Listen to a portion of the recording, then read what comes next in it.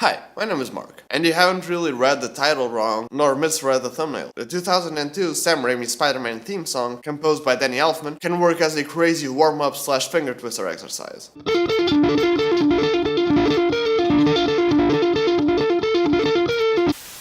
I don't know, is this like the 6th week in a row or something? But yeah, whatever, sorry for the short videos. But this time I have something you might be interested in. If you live somewhere in the North Hemisphere, I guess, winter is coming. And yeah, I know, Game of Thrones reference and whatever. For the purposes of this lesson, I'll assume that in your country, just like mine, it's getting colder and colder. And if you play guitar, it's probably getting harder for you to warm your hands up for playing. And we all know that warming your hands up usually involves some kind of exercise or some kind of thing you have to practice to warm your hands up. And because warming your hands up is really important, and sometimes students and other guitar players can sometimes stop feeling motivated to play because they reach their guitar and their hands are cold, then start playing and everything starts sounding wrong. Although I advise you to play those exercises like those chromatic exercises and scalar exercises, I got a suggestion for you. And as you can probably guess, it's from the Spider-Man movie. I know you didn't really guess it, it's in the title, I made the title, and because you saw the clip I played earlier. And the score for that movie, even though sometimes people say, oh, it's not as good as this movie or that superhero or that superhero. Before we get into the lesson, I really gotta say that I'm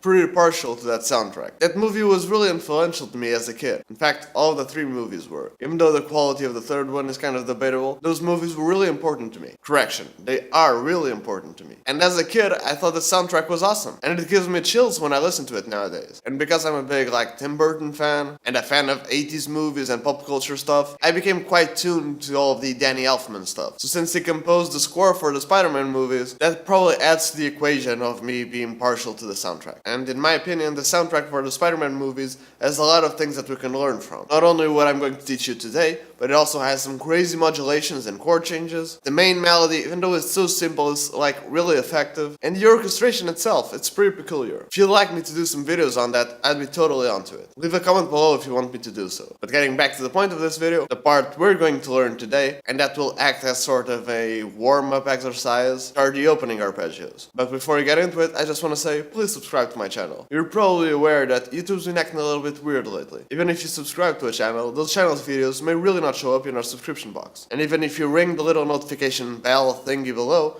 you still really may not be notified of that channel's content. So if you really want to stay tuned to my content or the content of your favorite creators, you really gotta subscribe and turn on all the notifications. Not just occasional notifications, which are probably set as a default. And since that may or may not work, I highly suggest you follow me on social media. Not only do I post some exclusive content there, like improvised solos and jamming over backing tracks, and generally whatever I'm up to at the moment, but I also always post there about my videos. Instagram, which I use the most, Facebook, Twitter, even though I don't really post much on Twitter, you know, all of the usual suspects. So yeah, links for my social media will be below, but in general, at Mark Henriques Guitar. And since you're down there, please consider leaving a like. And perhaps check out some of my other videos after this one. Perhaps you'd like to check out using Elf theme from Death Note to play over weird time signatures. Or maybe this anime theme song is the hardest thing I can play on guitar. And lastly but not leastly, because I have a bunch of more videos talking about movie theme songs and anime theme songs and whatever, you can check those out on my channel. You may also want to check out, because Marvel stuff, why the Avengers theme song sounds so epic and awesome. Links for those videos will be on the description below, on the card section right there, and on the annotations of the end screen. So please, stay tuned. And I guess now we can get straight into it. So if you don't really remember how the soundtrack starts, you should go hear it before you watch this lesson. It starts out with outlining the main melody, I guess. And then you got this little kind of arpeggio triad section thing, which is what we're going to focus on today. And I'll play it to you again with some tabs, and I'll play it slower, also with tabs. Then I'll explain why I think it's a good exercise.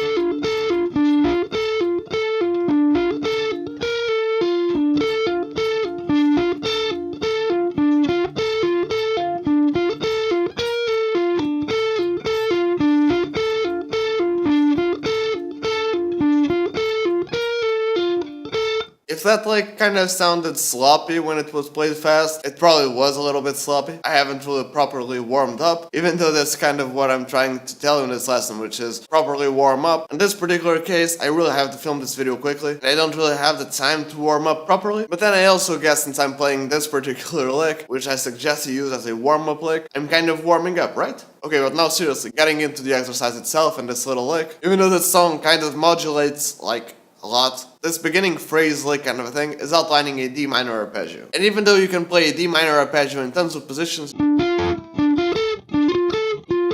and I kind of think you should practice it in all positions, I'll show you the main position I think you should practice it in and why. If you look at this position of the D minor arpeggio, where you go in the 12th fret of the 4th string, 10th fret of the 3rd string, and then 14th fret of the 3rd string, this is a really common shape for an arpeggio. If you play it an octave higher, you're probably aware of this shape, right?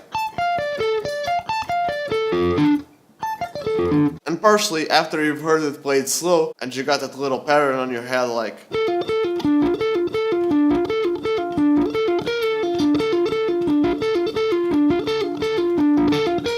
You may think to yourself, wait, that's easy. And in retrospective of someone that already knows how to play it, it kind of is easy, but it just has this little problem. When we play this position of the D minor arpeggio, we usually don't play it just as... We usually play it up and down like...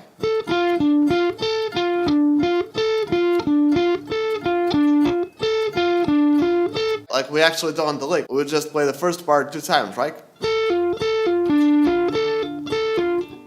Seems pretty easy enough, right? Just a regular 3-4 lick, right? But it gets a little bit trickier when you go for the...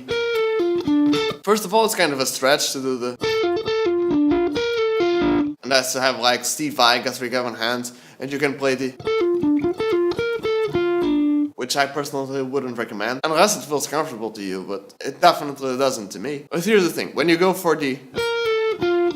It's easy enough, right? It's just playing your D minor arpeggio, but just adding that minor 6th first. In this case it's in the 15th fret, and you go... Still descending your D minor arpeggio, right? And then you start it all over again, right? Right. But your natural instincts as a guitar player will probably dictate to you that you play it like this.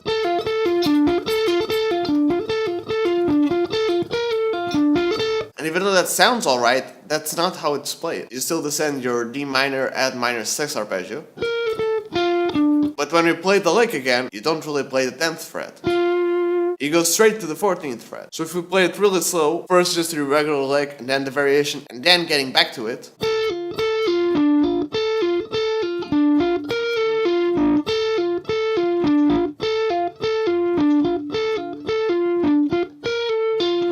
And although that doesn't really sound difficult in theory, it's kind of a really finger twisting kind of a thing. And I find that it only really happens when you play it in this position.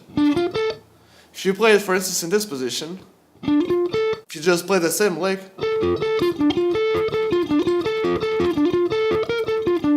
that little habit of going first to that F note before you start the lick doesn't really happen. And I think because when you usually play this position, I guess it wouldn't be the most common shapes to do.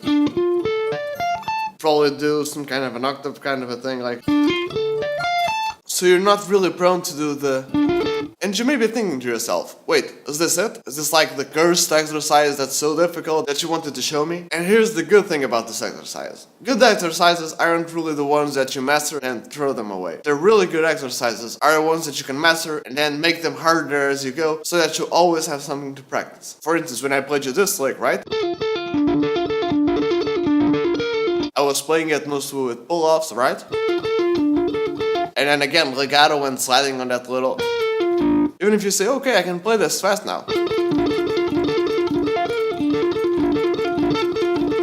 I'm sorry to tell you this, my friend, but I can make the exercise harder for you. You can play it in this position, right?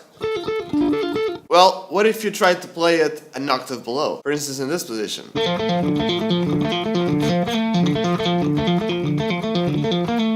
You can still play cleanly the... Even if you try it down here.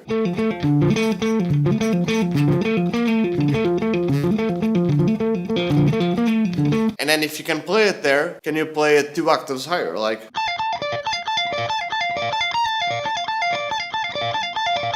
And then even if you come back to me and say, I learned the original shape and then I learned the octave up shape and the octave down shape, can you play them all one after another? Like...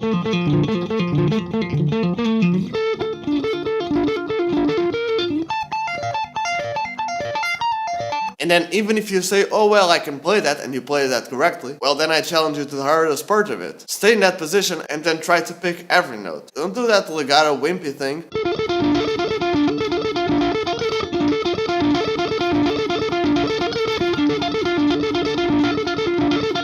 To be honest, not even I can play that cleanly enough. Probably Martin Miller or Andy Wood could play it straight away, or Steve Morse, Kiko Laredo, John Petrucci, those crazy cross-picking guys. But that's kind of the thing. If you're trying to pick every note of this arpeggio, you can't really play it economy picking. You really gotta play it alternate cross-picking thing. And if you're wondering about picking technique, I have a couple of videos that you may want to check out. Again, they will be on the cards section right there. And unless you have some pretty good chops, or you have some crazy big hands that make it so that you really don't have to stretch much, after you play it fast for a while, this part of your arm will probably be burning up. And if you're not used to doing these kinds of things, your pinky will probably go numb. It's kind of what happens when you're not used to playing like Yngwie Malmsteen style licks. The first time you play them and you play them slow,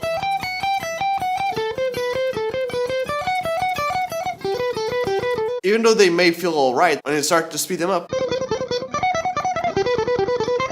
after a while, your pinky finger will be like, please senor, no more, and it will start failing on you. Because you really gotta practice these things slow, so that you can build a momentum and play them fast, not just hack them out. And the same thing with this exercise. If you start practicing it and you're like...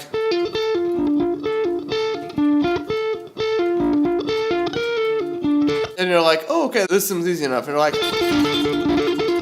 I mean, if you can play it quickly and pick it up right away and play it clean enough, sure, that's cool. But you don't really just want to play it really fast one time and burn it out, right? This is a warm-up exercise. If you warm your fingers up slowly and with a good technique, when it comes time to play the real hard stuff, or the actual songs or whatever you have to play, the blood in your hands will be running so that you can play more fluidly and for more time. And before we end this lesson, I just want to say two things. First of all, as I mentioned before, this isn't the most perfect exercise for you to warm up your hands and playing. But since it's a movie soundtrack, and since Spider-Man is one of the most mainstream superheroes, I thought it would feel more fun to play the beginning of the soundtrack to Spider-Man. And again, if you want me to make more videos about the rest of the soundtrack, or you want to learn the rest of the soundtrack, I highly suggest you do. I highly suggest you leave a comment below if you want me to make more videos about this. But yeah, not only isn't this the only warm-up exercise you could do, or the best exercise for all situations. Again, you should also try to warm your hands up with some other exercises and play some scales. Or if you're playing a song with a solo or something, you should try to play the difficult licks of that solo before you go in. But yeah, when it comes to these finger twister kind of exercises, in this case I think it's more of a picking twister kind of a thing, I think this exercise is pretty cool. And you should check it out if you want to. And second of all, if you're like me and you're really a fan of this soundtrack or Danny Elfman, I really suggest you go listen to the soundtrack again. You know, support the artists you like. Thank you so very much for watching. I hope this video was helpful to you in any way possible.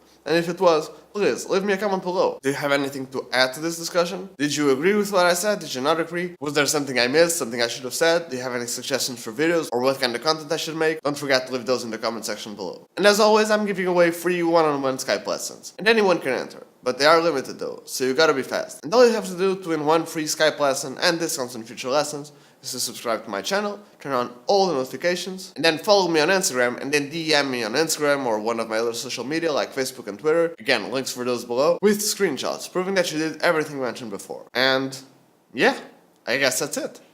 Again, thank you so very much for watching. Don't forget to leave a like, comment, subscribe, turn on all the notifications. Don't forget to check out some of my other videos after this one. Follow me on social media, and cheers!